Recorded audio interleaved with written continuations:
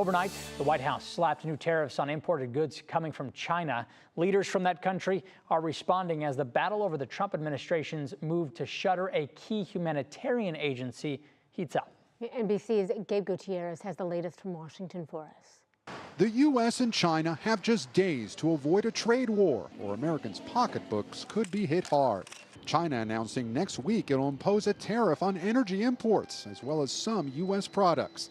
That retaliation comes just minutes after President Trump's 10% tariff on all Chinese imports took effect. The president made it very clear with the 10% tariff on China that he is not going to allow China to continue to source and distribute deadly fentanyl into our country. That was the reason for this tariff. China imposing a 15% import tax on coal and liquefied natural gas, as well as a 10% tariff on crude oil, farm equipment, and various cars and trucks. And taking aim at electronics, announcing export controls on rare earths, elements essential to all high-tech products, infrared missiles, and electric car batteries. That was just an opening salvo. President Trump and Chinese leader Xi Jinping now expected to talk soon. Leaders of the world's largest economies both looking for leverage in a standoff that could have staggering global impacts.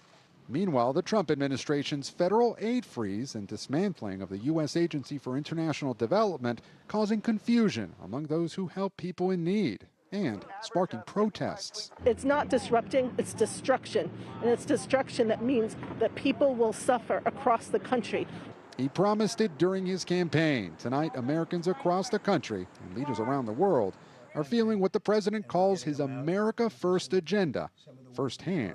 Meanwhile, President Trump meeting with Israeli Prime Minister Benjamin Netanyahu, his first meeting with a foreign leader here at the White House since taking office. And it comes amid an ongoing ceasefire with Hamas. Gabe Gutierrez, NBC News, Washington.